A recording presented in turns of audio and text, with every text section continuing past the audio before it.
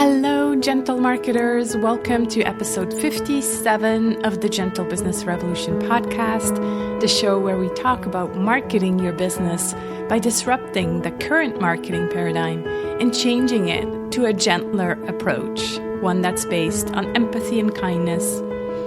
I'm Sarah Sinacroce, I'm the host here, and you know that you're in the right place if you are a heart-centered entrepreneur or change maker who is looking for a better way to market your business. Or you might also be a marketing impact pioneer, so someone that's working for an organization who does business for good.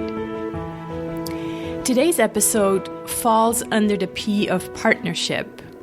And if you don't know what I'm talking about, I organized this podcast around the 7 Ps of gentle marketing, and you can download the Gentle Marketing Mandala with those 7 Ps at sarahsinacroce.com/one page, the number 1 page. So today I'm delighted to talk to Alice Southern, who invited me a few months ago to her giveaway. I then reached out to her and asked if she'd be willing to share her experience here in all transparency. So kind of like behind the scenes of putting together such a giveaway or a summit, or I used to organize a LinkedIn challenge. So whatever you call it, it's basically an event that you put together with other people. So therefore, partners. So Alice Southern is a life coach for introverts and the founder of the Introvert Library. After experiencing burnout herself, she came to believe that playing by mainstream society rules can often be a recipe for disaster for sensitive introverts, and decided to rebuild her life on her own terms. She now works with sensitive introverts who want to find ways to step into their power, embrace the gifts that their introversion brings, and find ways to create lives in which they can truly thrive. During our conversation, we talked about her biggest takeaways from organizing a giveaway with others, how she created the team of experts, how she also created a win-win-win situation for everyone involved. So win for her partners, win for the clients, the participants who signed up for the giveaway, and of course a win for herself. How she followed her intuition and went against industry standards that kind of come with these events, and many more insights that will help you get a behind the scenes of organizing such an event. I truly hope you enjoy this conversation with Alice Southern. Hi, Alice. So good to speak to you. How are you? It's great to be talking to you. Yeah, likewise. I'm so happy we got to connect. It was a bit challenging. We just discussed that offline, right? Because you actually had coronavirus together with your wife and your small... How old is he? 18 months, you said. Yeah. So I have an 18-month-old son and a wife who works in a hospital. And so 2020 has been a bit of a wild ride for us. And I got ill back in April, and my energy levels are still not quite what they were, but I am grateful for the level of health that I have now. Yeah, I'm glad that we got to connect. And it's funny, when I did the prep for this episode, you know, I don't know if that happens to you as well, but I feel like everything that is pre-coronavirus, it feels like it's like a year ago or maybe 2 years ago. Absolutely. So I'm like, when did she do that introvert giveaway again? It must have been last year. Oh my gosh, it was this year, just before lockdown. So it's funny how... It was actually, so I ran the introvert giveaway back for Introverts Week in March, and it was the week that coronavirus lockdown kind of started here in the UK.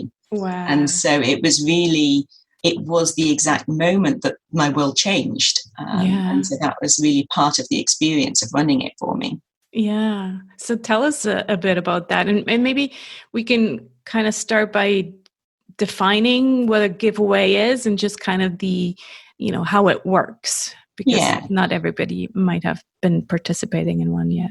Yeah, so, and you feel free to add to this if I forget something, but I would say that a giveaway is when a group of people who have similar missions, similar audiences, similar values come together and each offer a free gift and promote that giveaway to their audiences, so that they can collaborate together and make connections with new people. Right, exactly. And if you'd add anything to that general definition?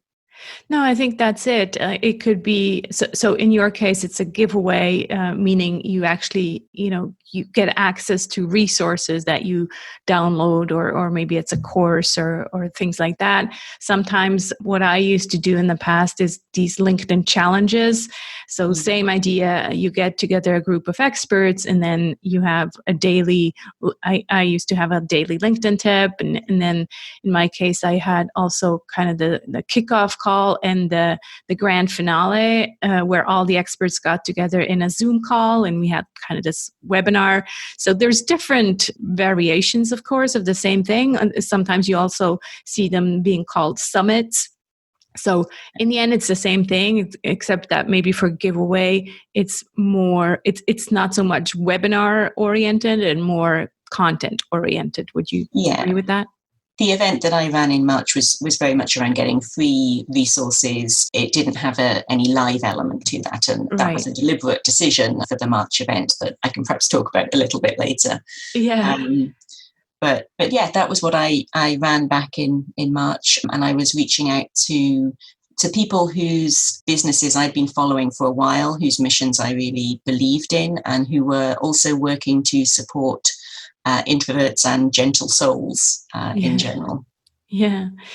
So you reached out to me, and we kind of had this conversation via email because I had previous experiences with this kind of giveaways or summits, and we'll get into that. But I want to first kind of ask you what, in general. I mean, yes, it was not ideal timing, probably. It was challenging times. But what for you is the biggest takeaway from that experience?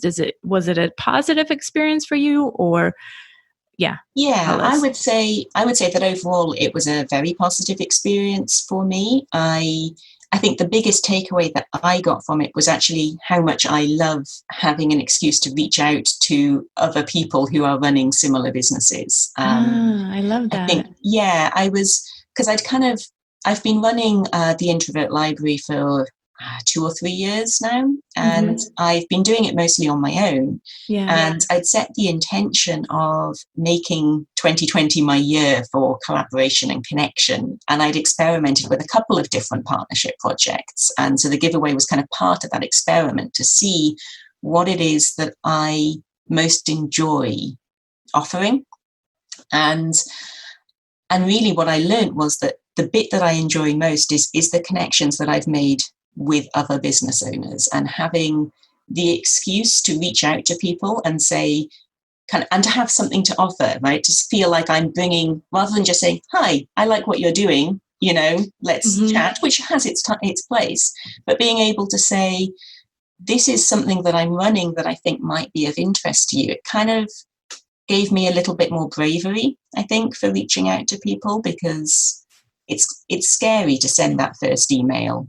At least it is for me. And so having the reason to do it helped me to see just how much I enjoy building those connections, actually. Yeah, I love that. And I think it's true for, many entrepreneurs in general, but especially introverts. It's scary, as you say, to reach out and ask for something, where here you're actually offering something. You're, offering to be a participant and be positioned as some kind of expert. And so that is a much easier yes as well from the other person. Right. And I think I've really benefited from that too, because I've deliberately structured my business to be entirely online, and I love that. But it can also be a bit lonely and feel like there's a disconnect between my real life work, my real life where I meet physical people, and my work life, which is entirely online. And so now I feel like I have this growing community of other people who are doing similar work and have similar values to me. And I've really appreciated that. Yeah, and I agree. It's for me. It's so, as I said, I started with the LinkedIn challenge, and that was happening then as well.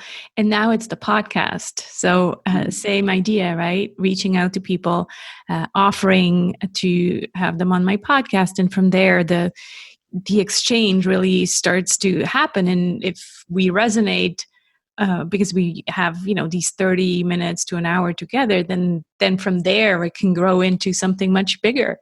So Yeah. I would say it's similar to a giveaway. So in terms of like, the doing stuff, because I know from experience it's a lot of work to set up these kind of things. What, in your opinion, went well and what didn't go so well? So I would say overall the experience was definitely a positive one for me. I got the new connections with the business owners that I wanted. I got the new people on my email list that I wanted. And the feedback that I've received from participants has also been very positive. And so I think overall I definitely say that it was an experience that I benefited from. I think the things that didn't go so well were mostly to do with that weird timing that we talked about earlier, because it was just when coronavirus hit. And so it was the week that I lost my childcare, the dog walking that I depended on, because I have a very active dog and I also have a chronic illness. And so there's a lot of support structures that help me to do what it is that I do. And they all disappeared that week. And so it was a stressful experience for me to continue to keep the promises that I had made to promote the event in the way that I'd said I would, to provide the template texts and things that I'd said I would. It became a little bit of a stressful experience that it didn't necessarily need to have been if the world had been different. Yeah. And so, I'd say those were the main things that, and especially because it was the first time I'd run a giveaway. I think if it would have been the second time I'd run it, then I might have felt a little bit more prepared or comfortable and able to deal with things that maybe didn't quite go ideally to plan. But I think because it was a new experience for me as well, there was that little bit of extra pressure.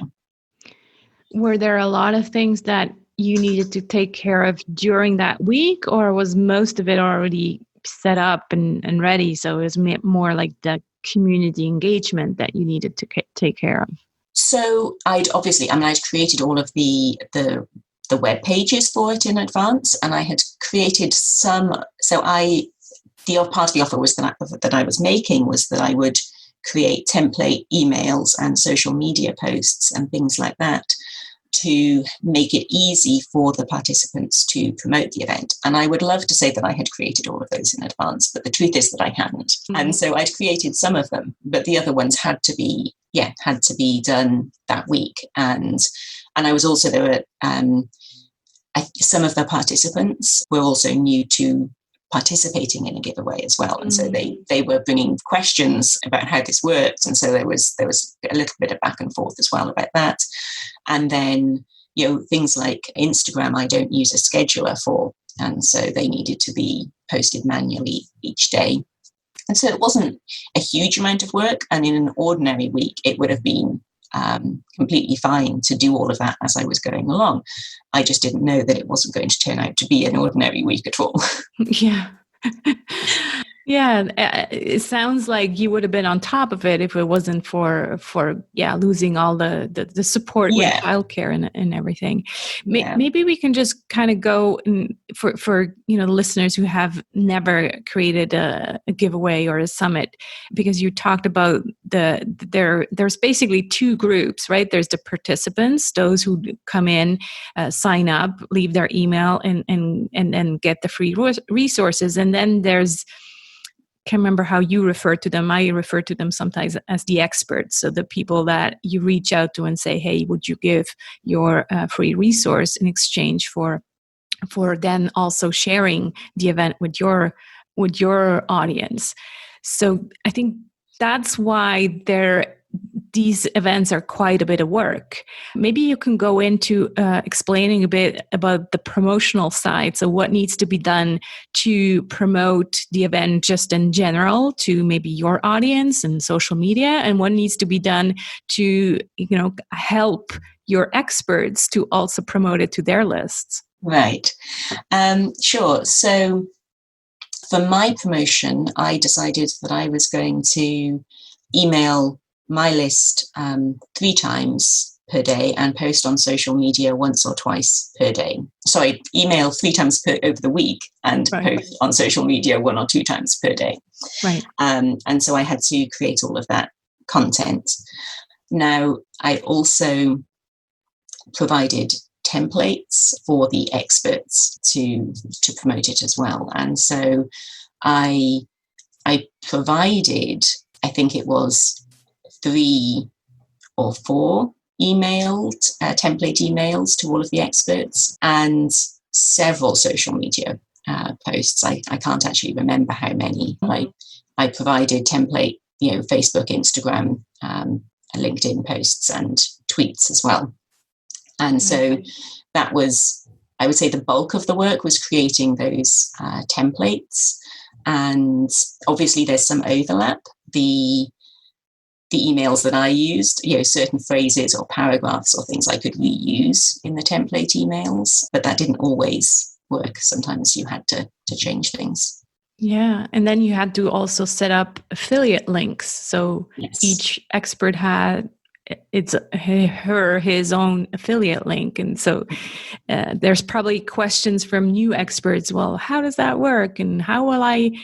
Yeah, maybe you can just explain how it works. So I don't know how technical you want me to get, but I used WooCommerce to create the affiliate links and Pretty Links to create the trackable links. There was 2 different things that were running so I offered all of the experts an affiliate link so that if any of the people who they referred to me went on to purchase any of the digital products I offer, then there would be an affiliate commission for that. But I also tracked the links because I was running prizes as part of the giveaway. Right. So there was a prize for the expert who referred the most new audiences, what's the word I'm looking for? Participants to subscribers. me. Subscribers, that's the word. And then there was also a prize for the gift, the freebie gift that was the most popular during the giveaway, the one that most people signed up for. And so I had to monitor all of those tracking links as well. It might sound overwhelming for someone who's hearing this for the first time, and still you're saying all of this, the tech part actually went down really smoothly, if I hear you right. Yeah, so that wasn't the issue, part, right? Yes. Yeah. I mean, there were some queries that I needed to iron out, but for the most part, there was one tracking link that just refused to work, and so it wasn't completely perfect, but it mostly went smoothly. It was the first giveaway that I'd done, but it wasn't the first partnership project that I'd done. So I'd also, back on World Introvert Day in January, I'd run what I called an unparty, where I brought together expert speakers for a 6-hour live stream. And so there had been affiliate and tracking links that I'd used for that. So I'd got some of the tech set up for that back in January. Okay. And so I wasn't setting all of that up for the first time. So that helped. Yeah.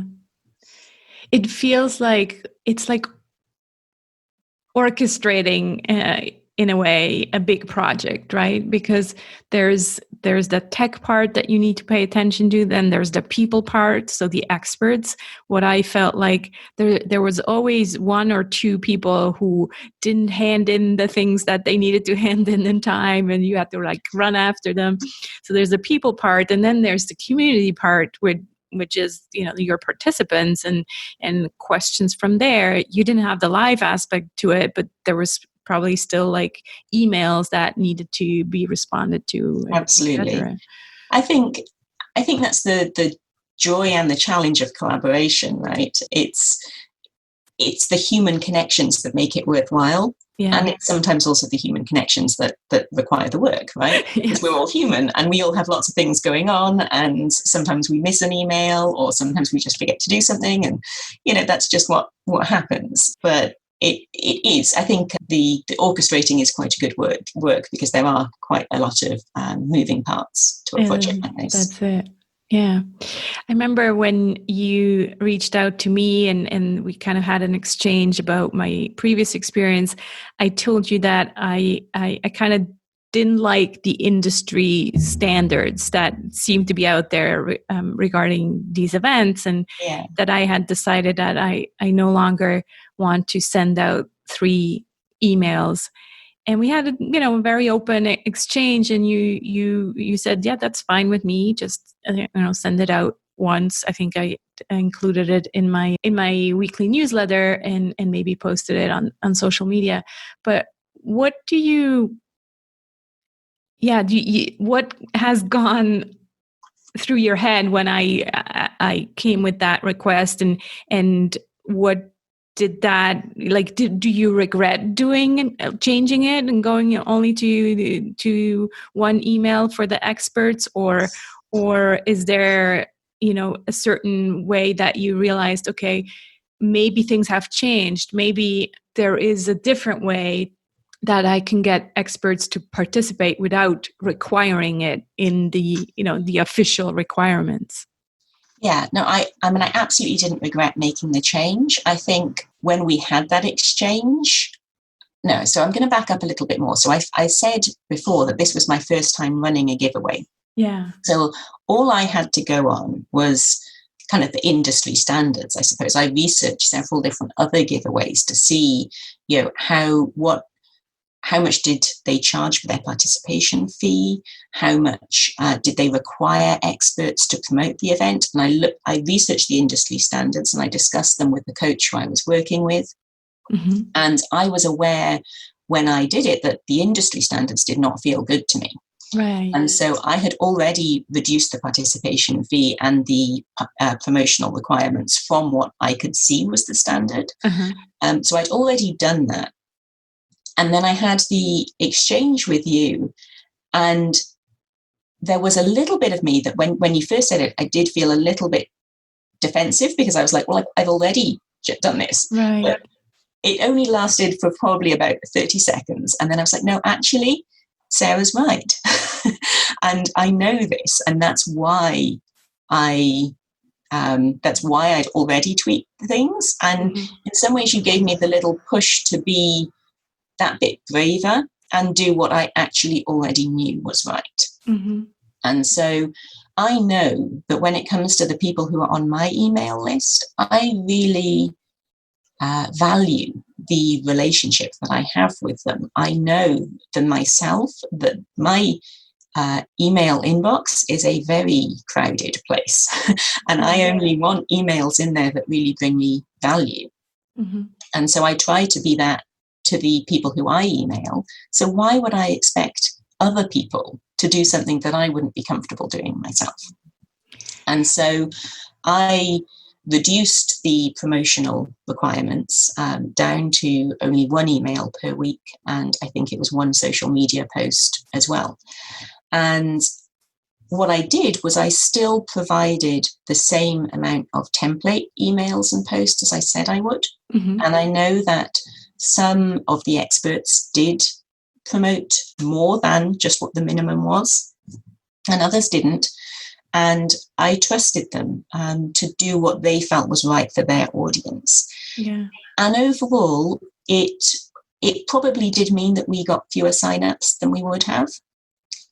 And I'm okay with that, because it's about relationship, and it's about the relationship that I have with the other experts as much as it is the relationship that I have with the audiences that we're sharing. And so, yeah, I was really grateful to you for saying that. So thank you. Yeah.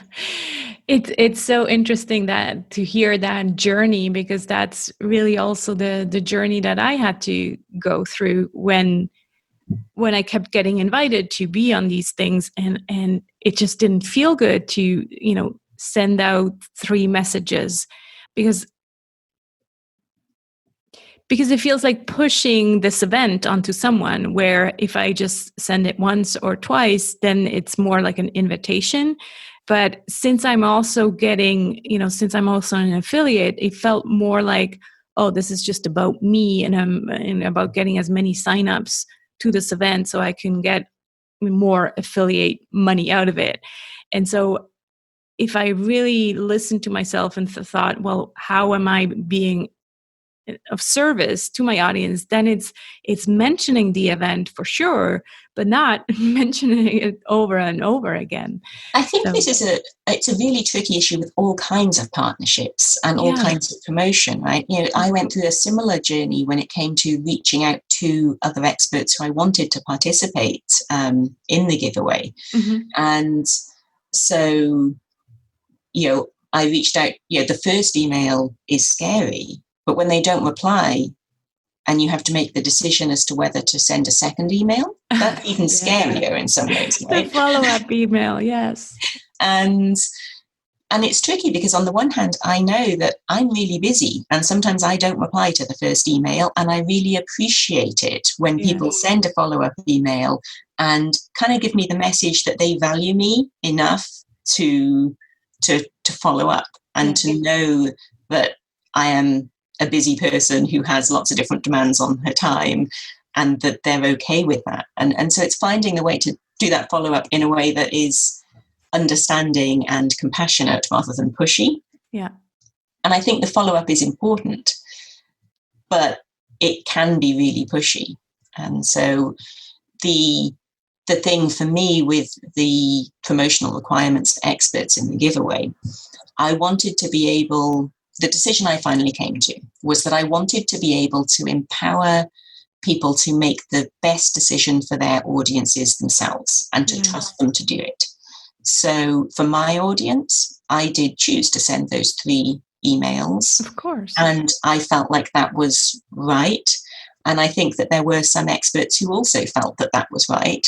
Mm-hmm. But if they didn't feel that that was right, I didn't want to make that the requirement for participating. I'd much rather trust you to make your own decisions about what's right for you.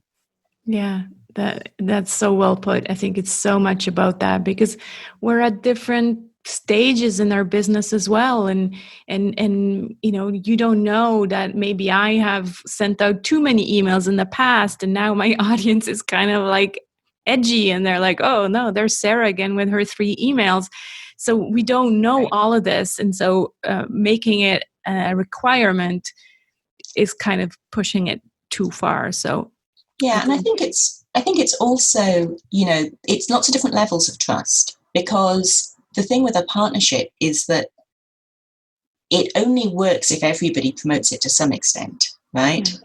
And if there's somebody who maybe doesn't promote it as much, then it can feel that maybe they're getting a free ride if other people promote it.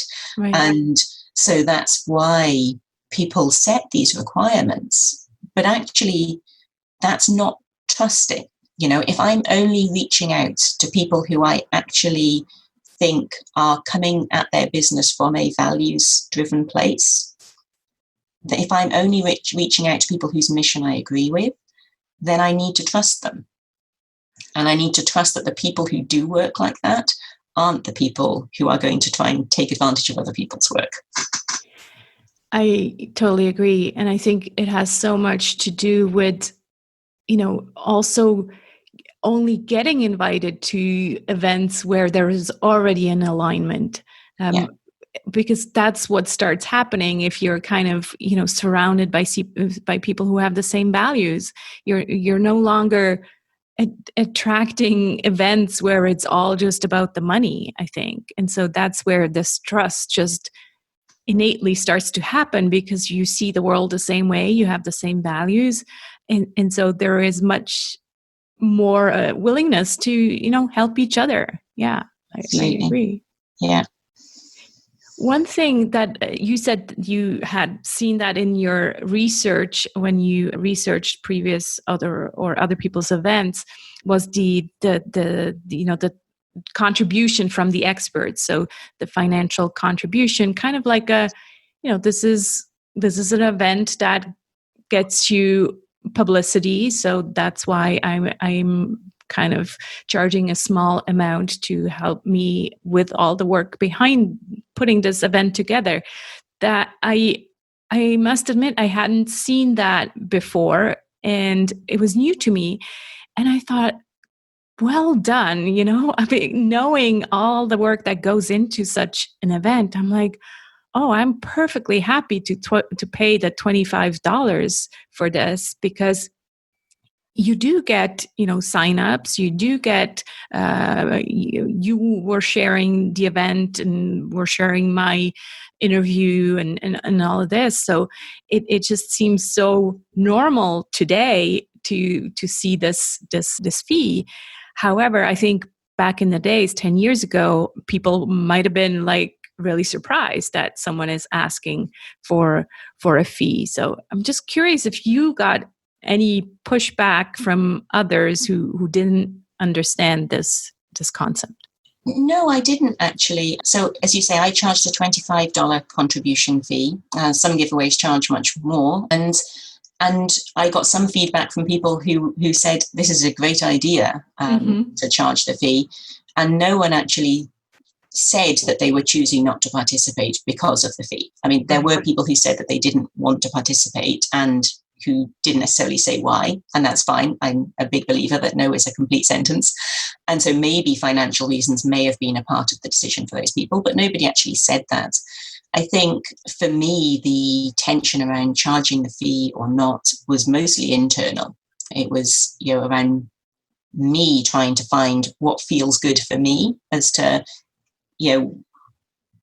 what feels like enough of a fee to justify the amount of work that I'm putting into this, and versus feeling like I'm, not delivering enough to justify the fee. So how do I set that balance was a decision that I agonized over, if I'm completely honest, for a long time. And I set up a web page where I outlined all of the details about the giveaway for potential experts, so they could see everything that I was offering and why I was doing this.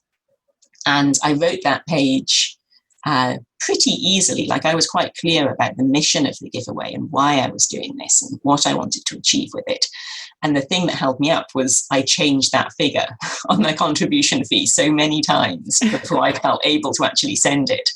And now I feel like I got the balance right. I feel like $25 was the right amount, but it was a difficult decision to come to.